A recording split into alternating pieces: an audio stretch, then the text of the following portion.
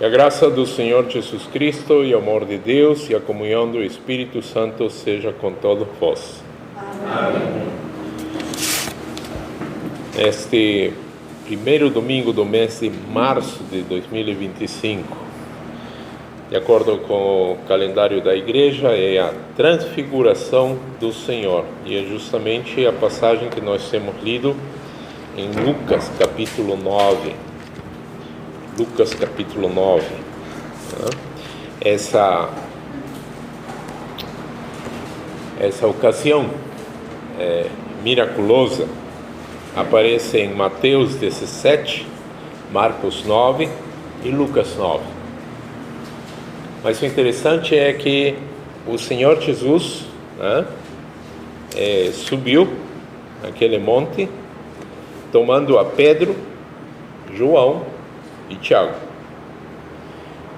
João, o evangelista, temos o Evangelho de João e não aparece essa passagem.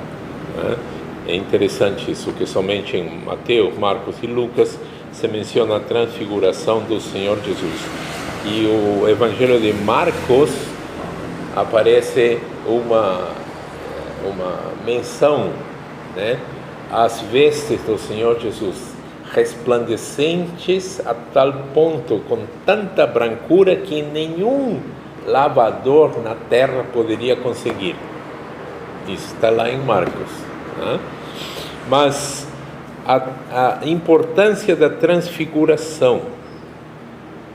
Por que seria importante essa ocorrência da transfiguração do Senhor Jesus? Ontem, no estudo bíblico, nós abordamos o primeiro capítulo de João, a epístola de João, o primeiro capítulo, não? E lá nós encontramos algo que nos chama a atenção no versículo 5. E esta é a mensagem que dele ouvimos. Lembrando que João foi um dos que subiram e viram, Essa é a mensagem que dele ouvimos e vos anunciamos, que Deus é luz e não há nele trevas nenhuma. Deus é luz. E a primeira coisa que aparece aqui na transfiguração é exatamente luz, mostrando a natureza divina do Senhor Jesus, e a natureza miraculosa daquele acontecimento, com a presença de dois homens, Moisés e Elias, em glória. Isto mostra a sua natureza divina. Moisés e Elias, mas não tem outro significado aí também? Moisés e Elias representam a lei, Moisés, e Elias, os profetas. Nenhum outro profeta recebeu a graça de ser apanhado e levado vivo. O único que foi apanhado e levado vivo dos profetas foi Elias. E por que insisto nos profetas? Porque teve um outro caso. Lá em Gênesis nós vamos encontrar um nome que hoje é muito popular nas pessoas: Enoque. Esse homem, a palavra de Deus diz que ele andou com tanto apego a Deus, que Deus o tomou. A mesma coisa aconteceu com Elias, Deus o tomou. E o seu seguidor, Eliseu, ele tem uma atitude muito boa. Ele quis aproveitar isso, e ele faz um pedido para Elias. Eliseu, seu aprendiz, vamos dizer assim, ele disse: Senhor, que eu receba o dobro né, da porção do Espírito que tu tens. E aí Elias disse para Eliseu o quê? Se eu for tomado de ti e tu não me vires, não vai acontecer. Mas se eu for tomado de ti e tu me vires, vai acontecer. O dobro do poder. É isso que estava em jogo. O que aconteceu? Iam andando e de repente um carro de fogo. Aí onde entram outras questões, tá? Um carro de fogo desce do céu, toma Elias. Eliseu olhou, e enquanto ia subindo esse carro de fogo, Elias deixou cair a sua capa. Lembra? Eliseu correu, pegou a capa e sumiu, desapareceu. Basicamente, coisas miraculosas, espantosas. E aqui Moisés e Elias representam a lei e os profetas, que encontramos em Lucas capítulo 24, em palavras do próprio Senhor Jesus. O Senhor Jesus, já ressuscitado, disse-lhes: são estas as palavras que vos disse estando ainda convosco, que convinha que se cumprisse tudo o que de mim estava escrito na lei de Moisés, nos profetas e nos salmos.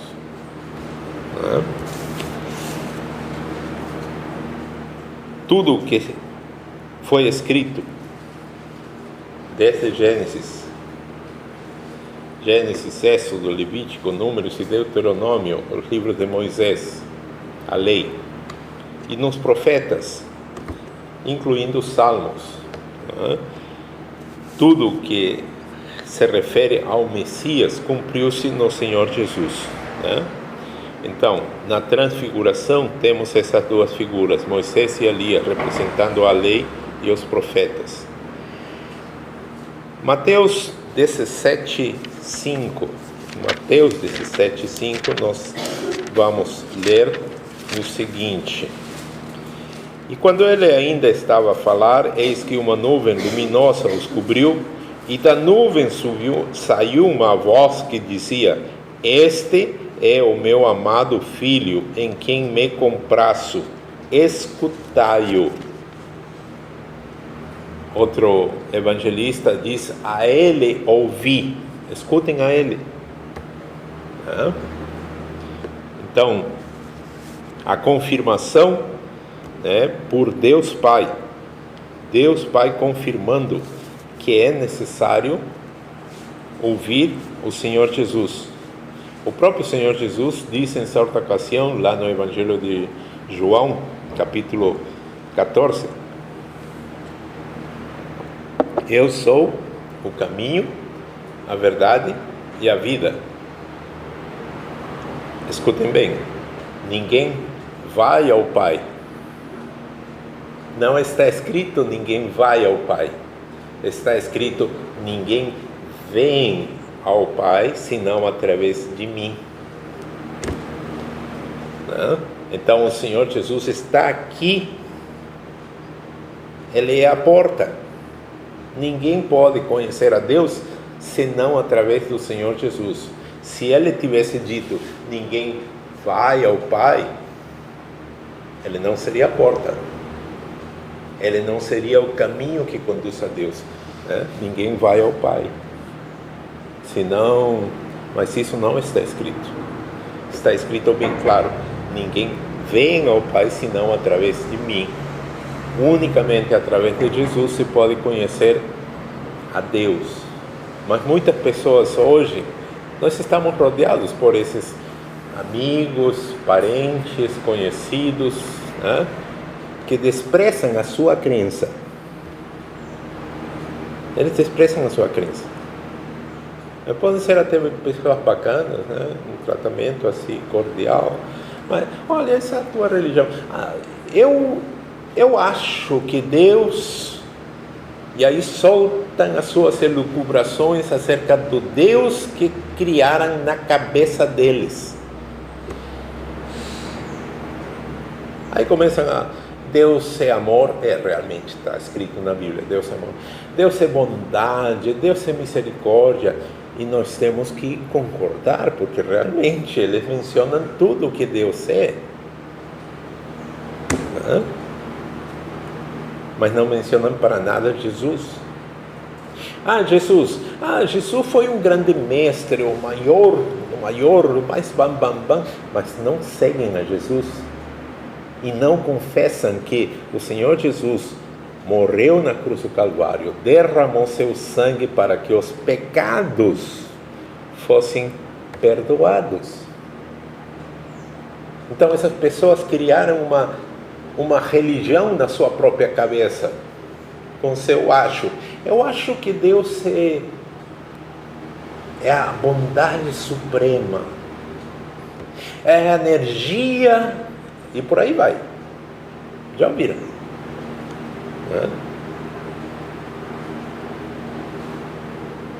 Crer em Deus não salva ninguém. Aí em Tiago 2:19, tu crês que Deus existe? Ótimo. Até os demônios creem e tremem. Crer em Deus salva alguém? Os demônios estariam salvos porque eles creem, está escrito. Crer em Deus não salva ninguém. Pelo contrário, a Bíblia diz o quê? E a condenação é esta. Aí a condenação. Que a luz veio e os homens amaram mais as trevas do que a luz. E quem é essa luz? Essa luz é o próprio Senhor Jesus. Isso está lá em João 3:19. Em João capítulo 1 também diz que houve um homem enviado para dar testemunho acerca da luz, que foi o João o Batista. E ele mesmo disse: eu não sou a luz, é outro. E quando ele viu Jesus, eis aí o Cordeiro de Deus que tira o pecado do mundo. Então, em 2 Coríntios capítulo 13, no versículo 1, nós vamos ler o que o apóstolo ensinou para essa igreja de gentios. 2 Coríntios 13, 1. E esta é a terceira vez que vou ter convosco. Paulo está ensinando aos gentios. Os gentios não tinham essas noções. Por boca de 2 ou 3 testemunhas será confirmada toda a palavra. O que quer dizer isso? E o que tem a ver com o que estamos falando aqui? Observem. Pedro, João, Tiago. O Senhor Jesus pegou 3. Os outros seus discípulos ficaram lá. Sobe para o monte. E lá no monte, eles cochilaram, descansaram, alguma coisa. Está escrito aí que Pedro acordou, viu aquilo e começou a falar coisas que ele não estava ciente do que estava dizendo. Está escrito aí em Lucas, que acabamos de ler. Estava fora de si, não sabia o que estava dizendo. 3. E aparecem 2. Moisés e Elias. E aqui Paulo se refere a uma passagem que está lá em Deuteronômio, capítulo 17, versículo 6.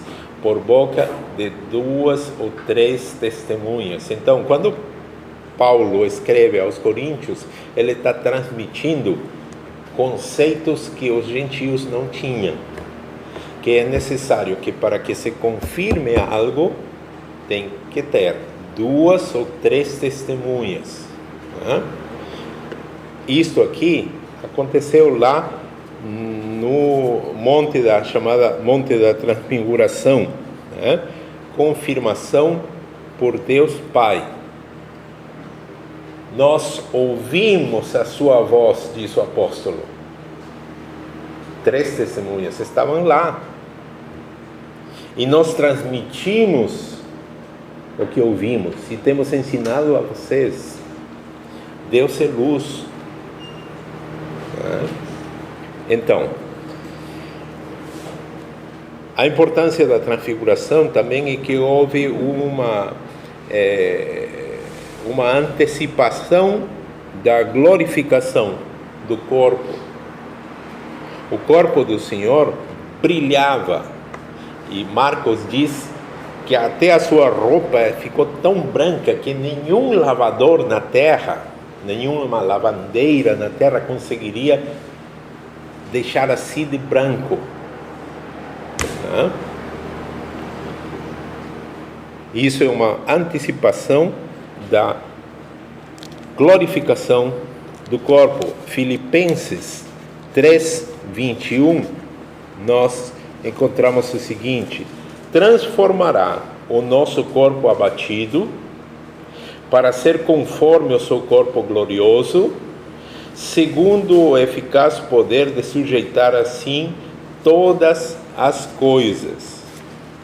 O Senhor Jesus transformará o nosso corpo abatido pela idade, abatido pelas doenças, transformará quando? Num momento, num abrir e fechar de olhos,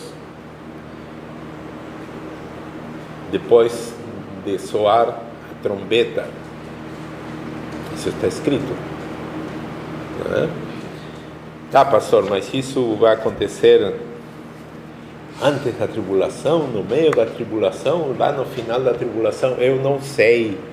Eu não vou parar de dizer eu não sei, porque eu já procurei na Bíblia quando, e não aparece um só versículo que me diga quando. Não sei.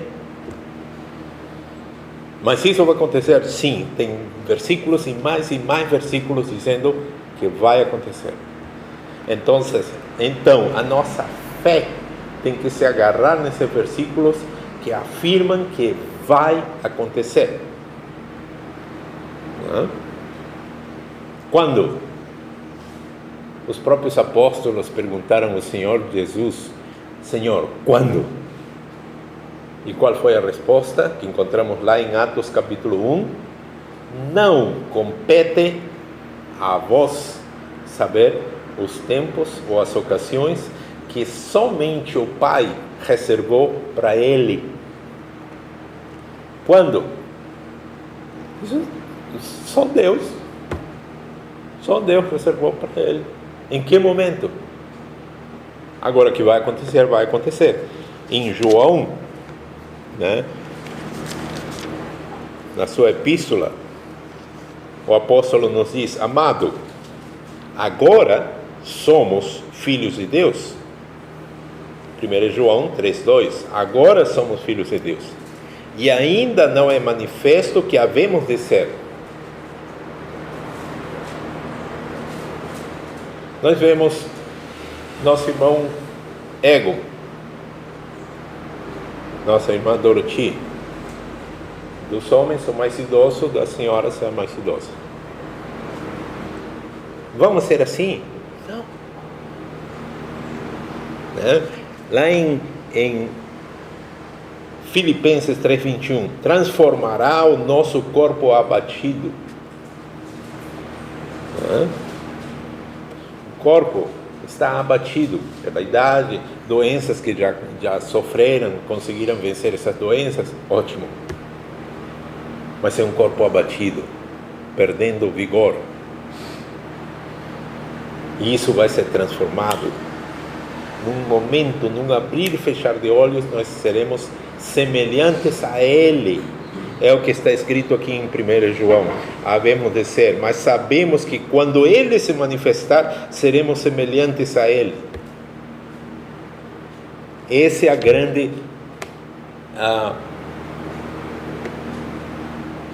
ontem nós falamos: fé, esperança, expectativa. É os três, é a nossa expectativa, é a nossa esperança e fé, porque temos certeza disso. né? Que quando Ele se manifestar, seremos transformados, num momento, num abrir e fechar de olhos, e seremos semelhantes a Ele, né? Então, a transfiguração é uma antecipação dessa glória por vir a ser manifestada em nós.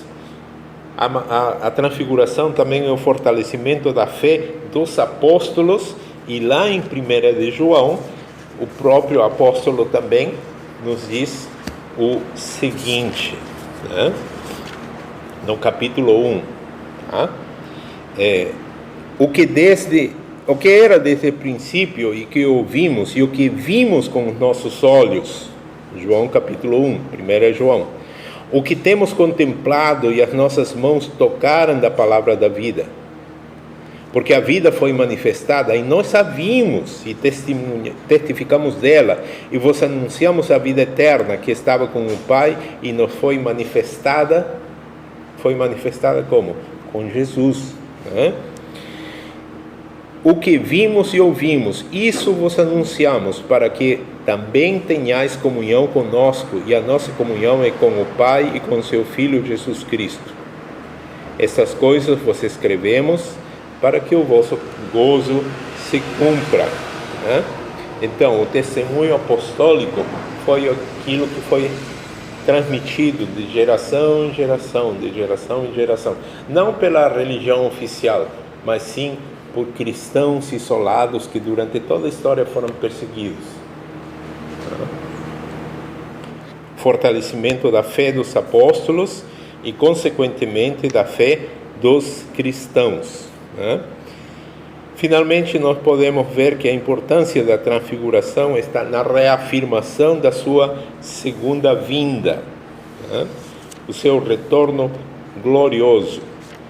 Na segunda epístola do apóstolo Pedro, que foi um dos que subiu, no capítulo 1, versículo 16 a 18, nós encontramos o seguinte: porque não vos fizemos saber a virtude e a vinda de nosso Senhor Jesus Cristo, seguindo fábulas artificialmente compostas,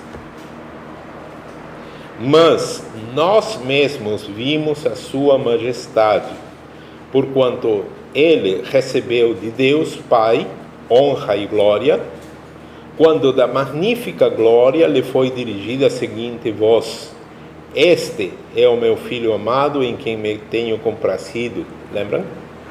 A ele ouçam o que ele diz. E ouvimos essa voz dirigida do céu, estando nós com ele no Monte Santo. A reafirmação da sua segunda vinda, no seu retorno glorioso. Mas vamos para uma aplicação prática.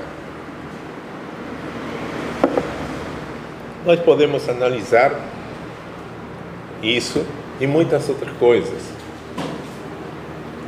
sejam em mensagens, estudos bíblicos.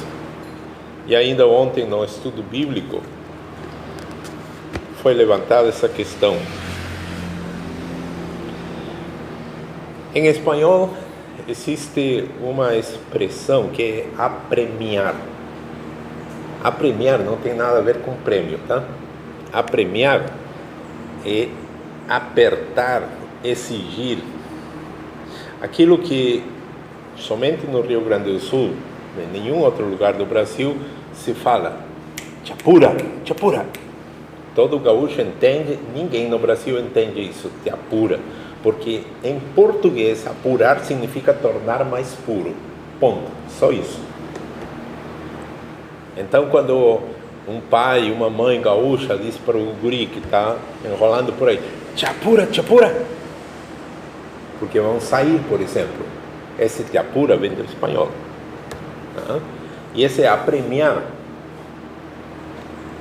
está relacionado com isso também. Vamos lá, te apressa, te apura. Há uma exigência a fazer as coisas certas, a fazer as coisas rápidas. porque, em espanhol, porque o tempo apremia. O tempo está apertando. É isso. O que tem a ver? O tempo ao nosso redor mostra uma série de coisas.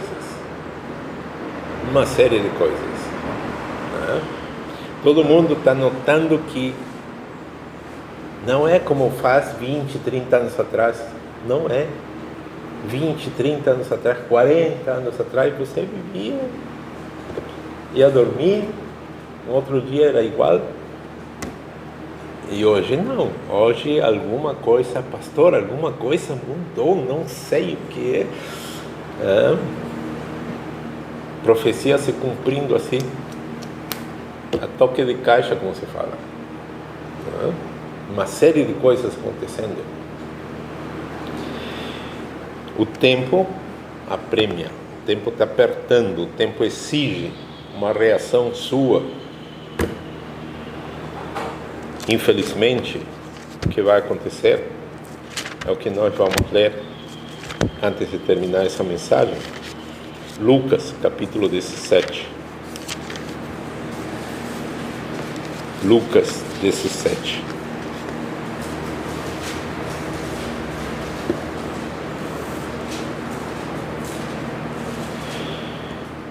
Em Lucas 17,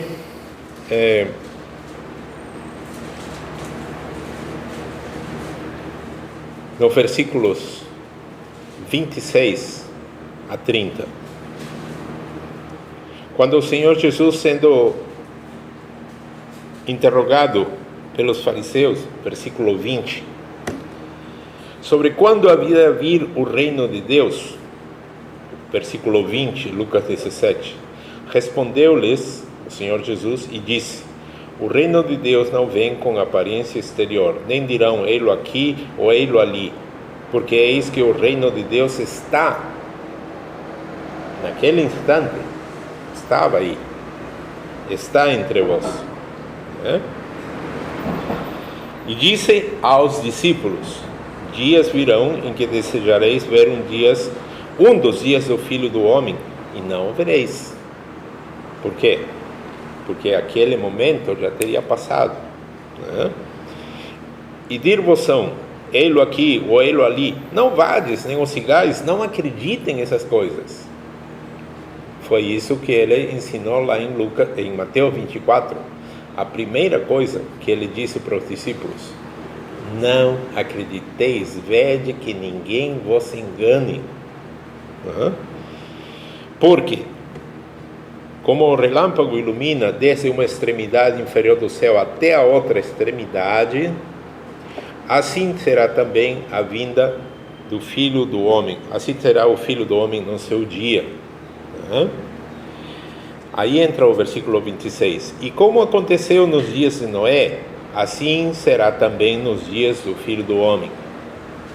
O que acontecia nos dias de Noé? Comiam, bebiam, casavam-se, davam-se em casamento, até o dia em que Noé entrou na arca e veio o dilúvio e os consumiu a todos.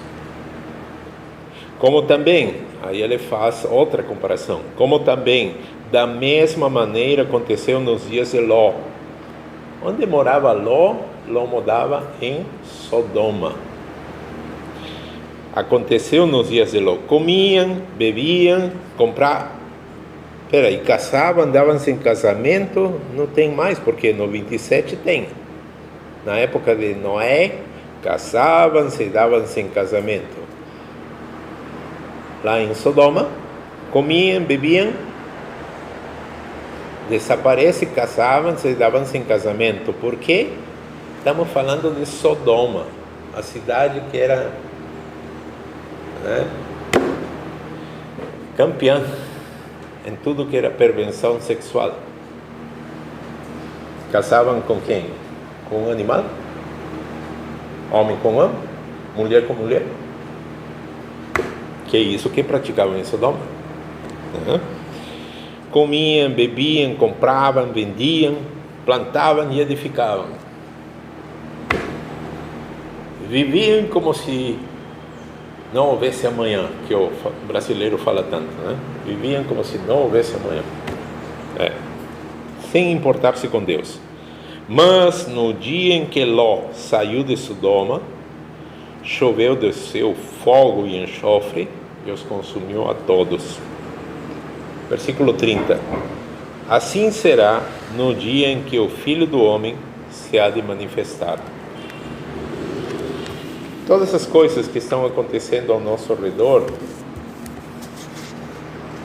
deveriam servir para que a cristandade corresse, se congregar, a estudar, a colocar em dia a vida. Mas infelizmente o que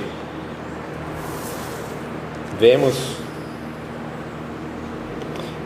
é que o tempo está apertando, o tempo exige uma resposta, uma posição de cada cristão,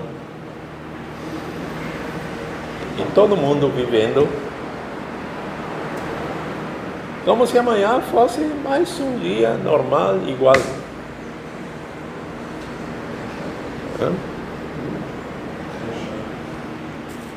O que acontecerá? Chegará um momento em que o Senhor Deus ordene ao anjo tocar a sua trombeta, e aí acabou. Apito final, como se fala na linguagem do futebol. Apito final, acabou. Para os cristãos não haverá um apito, haverá uma trombeta. Isso é que está escrito. E você está preparado? Você está tomando posição porque o tempo apremia? Você está tomando posição porque tudo ao redor indica que o tic-tac, tic-tac está correndo mais depressa? Olhe para a sua vida, coloque em ordem a sua vida diante de Deus. Essa é a mensagem. Coloque em ordem a sua vida diante de Deus. Isso é o mais importante. Nós poderíamos fazer estudos bíblicos sobre, por exemplo, hoje, a transfiguração, a importância da transfiguração. Mas se você depois continua vivendo a sua vida, de nada adianta estudos bíblicos, pregações, mensagens. O importante, o mais importante é você estar se preparando. Isso é o mais importante. Que Deus conceda esse preparar a cada um de nós. Que estejamos prontos para esse glorioso encontro com o Senhor Jesus. Amém.